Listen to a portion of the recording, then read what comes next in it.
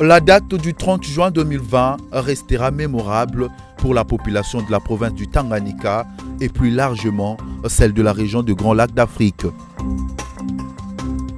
Ces jours, en effet, le MV Amani, la paix en Swahili, un navire ultramoderne, a effectué sa première sortie technique sur le lac.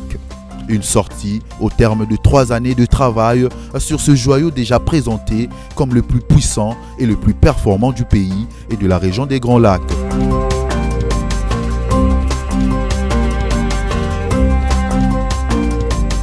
Témoin de l'événement et du premier test, le membre du gouvernement provincial, conduit par le premier d'entre eux, le gouverneur Zoé Kabila. Œuvre d'un fils du pays, le MV Amani est une réalisation entièrement congolaise. Il a en effet été construit dans la cale sèche de la SNCC par l'entreprise Carrière du Congo, CDC en sigle. D'une longueur de 90 mètres contre 40 de large, ce palace flottant dispose de 3 étages pour une capacité d'au moins 400 passagers avec 60 chambres de luxe, de restaurants et des espaces VIP, sans oublier sa capacité de 3000 tonnes pouvant lui permettre de transporter jusqu'à 100 véhicules.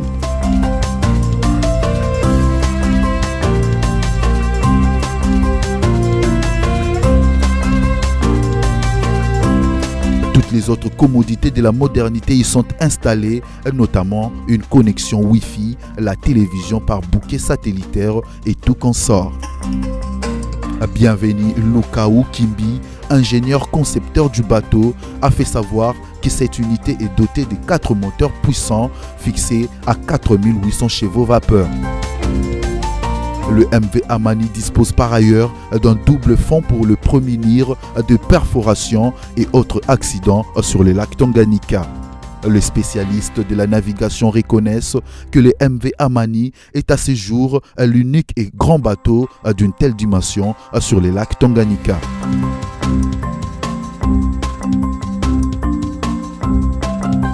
Lors d'une récente visite au Tanganyika, le Premier ministre Sylvestre Ilunga s'était félicité de cet ouvrage qu'il avait qualifié de gigantesque.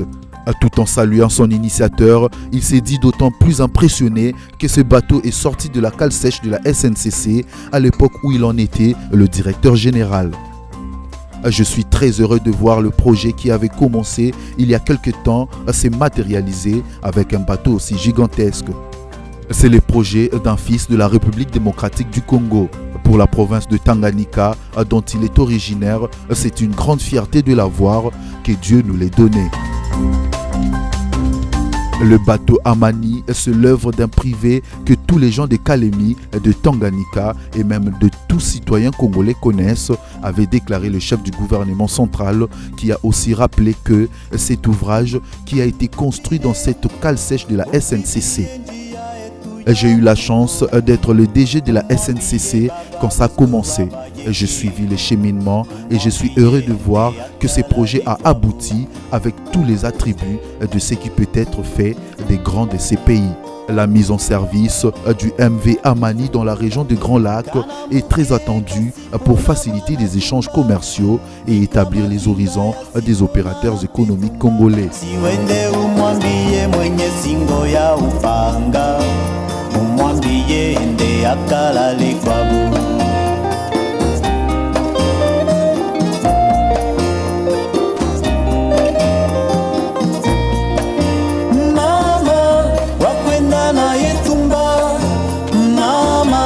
Wakwenda na yeo, siwende umwambie mwenye singo ya upanga, umwambie ende akalale kwabo.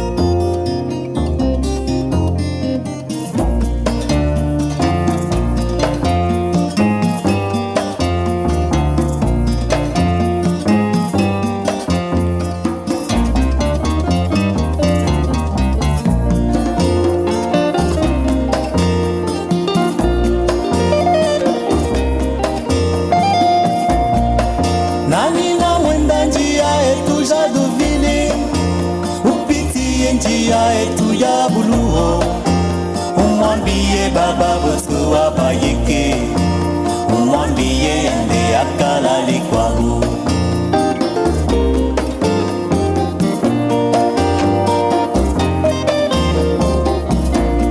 Avec la perspective de modernisation du port de Kalemi qui doit être renforcé de toutes ses capacités, le Tanganyika est destiné à devenir une nouvelle porte d'entrée et de sortie de la République démocratique du Congo, lui permettant de repousser les frontières de son quasi-enclavement.